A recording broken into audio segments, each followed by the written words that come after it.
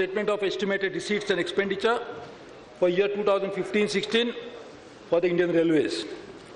At the outset, let me thank the Honorable Prime Minister, Shri Narendra Modi ji, for infusing all Indians with a renewed sense of pride and refreshed the dream of prosperous nation. At a more personal level, I wish to express my gratitude towards him for giving me this opportunity to serve the people of India through the medium of railways, which is his priority. The Prime Minister established the principle of governance when he asked what government was for, if not for the welfare of the poor. He challenged us with an inspirational objective when he said that the age of poverty alleviation was over and the era of poverty elimination has begun. Railways will play its part in this historic mission. Madam, the railway map of India is a network of veins that pump life-giving blood into the heart of India's economy. Railways is a unique integrator of modern India with a major role in its socio-economic development. It's an organization that touches the heart and existence of all Indians, even that of Mahatma Gandhi. Bapu decided to undertake a voyage of discovery of India before launching himself into the national freedom movement. And he conducted this Bharat Darshan on trains, always traveling in third class, which doesn't exist anymore. Unfortunately, railways facilities have not improved very substantially over the past few decades. A fundamental reason for this is a chronic underinvestment in railways, which has led to congestion and overutilization. As a consequence, capacity augmentation suffers, safety is challenged, and the quality of service delivery declines, leading to poor morale, reduced efficiency, suboptimal freight and passenger traffic, and fewer financial resources. This again feeds the vicious cycle of underinvestment. This cycle must be put to an end. Once it does, the gains to the economy will be immense. Better services, improved connectivity for all citizens, including the poorer segment of a society, lower cost and improved competitiveness. Investment in railways will have a multiplier effect on the rest of the economy and will create more jobs in the economy for the poor. Investment in Indian Railways is also necessary for environmental sustainability and well-being of future generations. Madam, railways carry a heavy burden of expectations. Citizens who demand better railway services are often not aware of the constraints that the railways operate under. I wish to flag only two. There are 1,219 sections on the high-density network, which can be roughly equated with tracks connecting the metros. Out of this, 492 are running at a capacity of more than 100%, and there are another 228 that are running at a capacity between 80% and 100%. If a section is overstretched, the entire line gets overstretched. There is no slack available for maintenance and train speed slow down.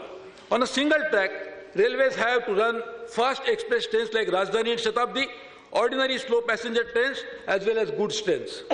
Is it surprising that though Rajdhani and Shatabdi are capable of doing 130 kilometers per hour, the average speed does not exceed 70?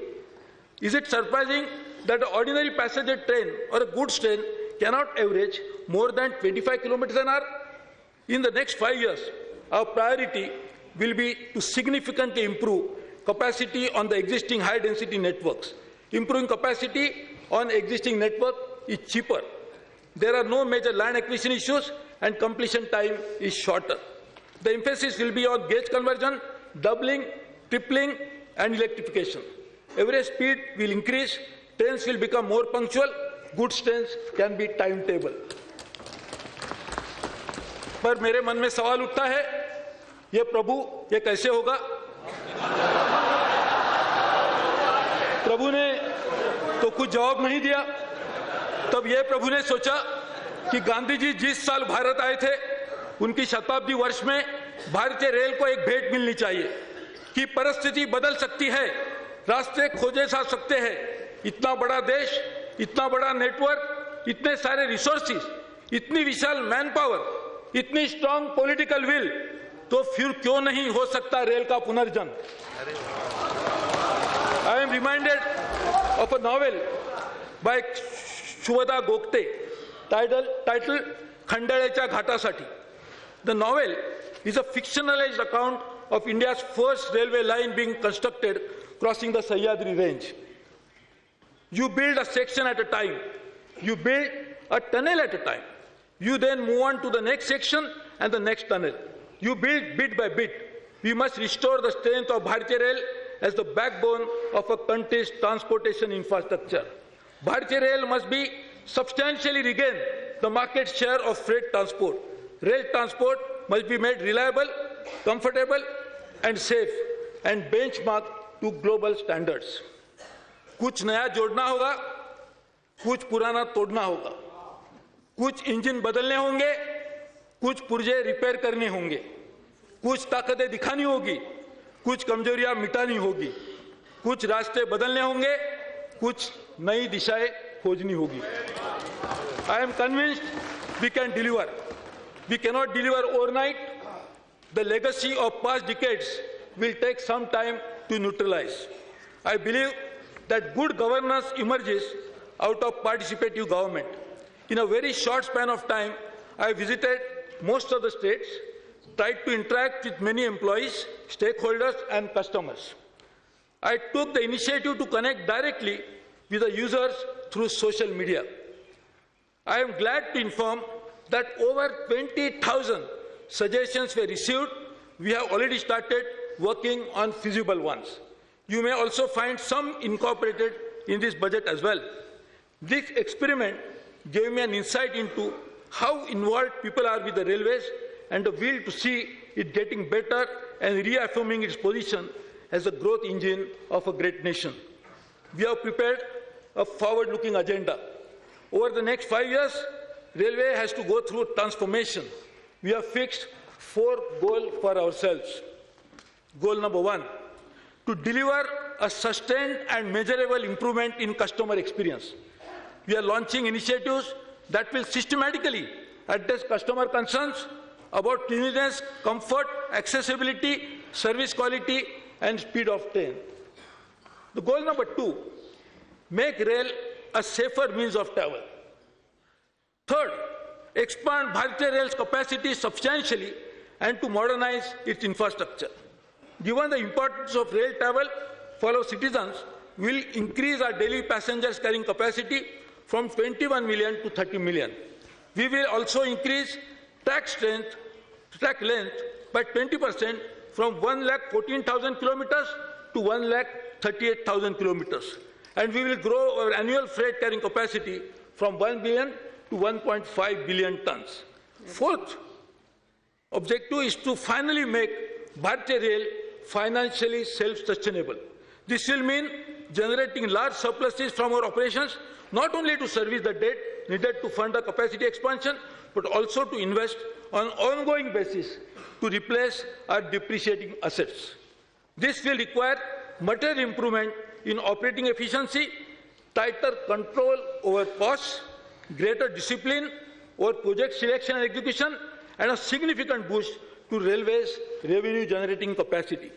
These goals will ensure that railway is an integral part of all the flagship programs that our Prime Minister has launched for improving the quality of life of the downtrodden, from Swachh Bharat to Make in India, and from Digital India to Skill India. How we will achieve this? Our execution strategy will have 5 drivers. Adopting a medium-term perspective, any organization must address short-term priorities without glossing over the long-term and medium-term vision. As Vinoba Bhaveji said, you will stumble if you look close to your heels and would certainly fall if you ignore the vision of the long road. Madam Speaker, this railway budget is a part of a trilogy of documents that chart our vision for the future. The first in the series is a white paper that has just been placed before the House. The second part is today's budget for the year 2015-16. This will be followed by a Vision 2030 document that we intend to bring out later this year. The proposals contained in this budget should therefore be seen as the beginning of a 5-year action plan to transform the railways. The second driver is building partnership. Transforming the railways will require us to partner with the key stakeholders. First, consistent with the Prime Minister's vision of cooperative federalism, we will work closely with the states to make the railways the backbone of national connectivity. Their economies and citizens will benefit dramatically from an improved railway system. The voice of the locals will reverberate through the state governments in the planning and execution of railway projects. They will also be able to raise financing through special purpose vehicles that we will create with them. Most of them have already expressed a keen interest to make the improvement of the railways a joint endeavour and a shared success. Second, we will partner with PSUs to ensure that sufficient capacity is built to transport critical commodities like coal, iron and cement from where they are extracted or imported to where they are consumed or processed. We will partner with multilateral and bilateral organizations and other governments to gain access to long-term financing and technology from overseas. We will also partner with the private sector to improve last-mile connectivity, expand our fleet of rolling stock, and modernize our station infrastructure. Here I must mention that rail will continue to be our precious national asset. It will continue to serve the common man. The people of India will own railways always. Leveraging additional resources is the driver number 3. Over the next 5 years, we envisage an investment of over rupees 8,50,000 crores, 8.5 lakh crores. A broad indicative 5-year investment plan is attached as Annex 1 to this speech. Budgetary support is the quickest and the easiest option to finance the plan. But the Ministry of Finance also faces challenges of competing demands, although small initial contribution to railways can be catalytic. But the scale of our investment needs is such that will require us to seek multiple sources of funding. We'll tap other sources of finance too. Multilateral development banks and pension funds have expressed keen interest in financing new investments. Their time horizon is aligned with ours. They seek resources, predictable and recurring revenue, which we can provide through the issuance of long-term debt instruments to fund revenue-generating railway projects. Driver number 4, revamping management practices, systems, processes, and retooling our human resources. To get the most out of the additional resources that we will be investing, we will need to ensure the highest standards of operational and business efficiency. I am happy to report an improvement on our financial performance in the year 2014-15 relative to what we had anticipated earlier. I propose the operating ratio for 2015-16 at 88.5% as against the targeted operating ratio of 91.8% in 14-15 and 93.6% in the previous year 2013-14. I am pleased to state that not only this will be the best operating ratio in the last 9 years, but the best after the 6th pay commission. The railways will not be able to deliver sustained improvement in operating efficiency unless changes are made to speed up decision-making, tighten accountability, and improve management information system. Our people are our biggest asset. Even in the short term that I have held this portfolio, I have seen the enthusiasm and dedication of railway personnel across the country. For our transformation journey to succeed, it will be very important to harness the talent of our employees through training and development. Madam, driver number 5 is setting standards for governance and transparency. The railways belong to the whole nation. Its functioning must conform to the highest standards of governance and transparency. Decisions must be fair to all stakeholders, from our poorest customer to our employees and our business partners. My first decision as a minister was to delegate all my tender approving powers to the level of general managers. Transparency has many dimensions. It requires better quality of information gathering and improved norms for disclosure of that information. It requires reduction in discretion and standardization of procedures. It requires accountability. Studies have shown that greater transparency and accountability are pro-poor instruments, since the relatively poor suffer more from lack of it. Apart from delegation of powers, I am proposing to undertake measures with a view to bringing in transparency into the day-to-day activities benefiting the common man. I am aware how much they suffer at stations, at various places, so we will make sure that we work on that as well. Madam, after these 4 goals and 5 drivers, let me now turn to details of 11 major thrust areas of our action plan. The first, obviously, is a customer service. And I hope the House will bear with me, this is a little long list. How to improve quality of life in journeys? Madam, I'm happy to say, and I'm sure all my House will join me, I have not increased the passenger fares. We are directing our efforts to make travel on Indian Railways a happy experience with mix of several initiatives. First, obviously, is a cleanliness, which is a major area of dissatisfaction. Ensuring higher standards of cleanliness is of utmost priority for us. We want to make Swachh Rail the driving force behind this government's flagship program, Swachh Bharat Abhiyan. Hence, we now work on Swachh Rail, Swachh Bharat. We propose to create a new department for keeping our stations and trains clean.